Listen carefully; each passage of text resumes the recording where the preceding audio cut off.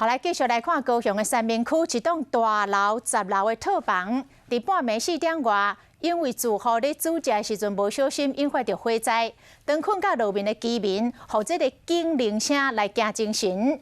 看到这个火愈烧愈大，有一个女性的朋友赶紧摕灭火器要帮忙来拍火，可能是袂晓使用，怎使着伤济打粉来砸着伤，二小赶紧甲救出来。消防队讲。平常时都要来了解到这个灭火器要安怎来操作，安尼拄到紧急的时刻，才袂惊狂，才知影要安来拍火，才袂来错过逃命时机。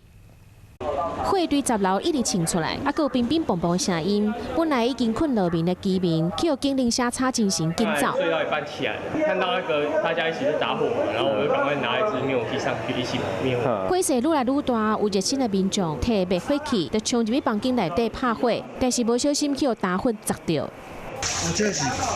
消防人员发现了，马上冲入去火场，把女子救出来。透早4点外，高雄三民区一栋大楼有火灾，导火地点是10楼的套房。屋主他在煮开水。南投玻璃嘛有火灾。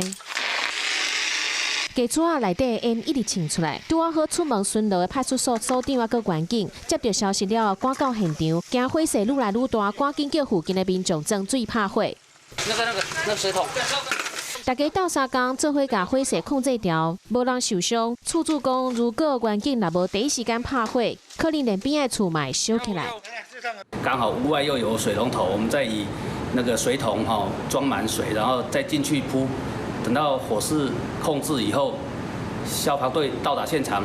我们就交由消防队。但是消防队提醒，大楼要定期做消防演练，阁有设备嘛要定期检查。万一若是意外发生，才会当争取更较侪逃生的机会和时间。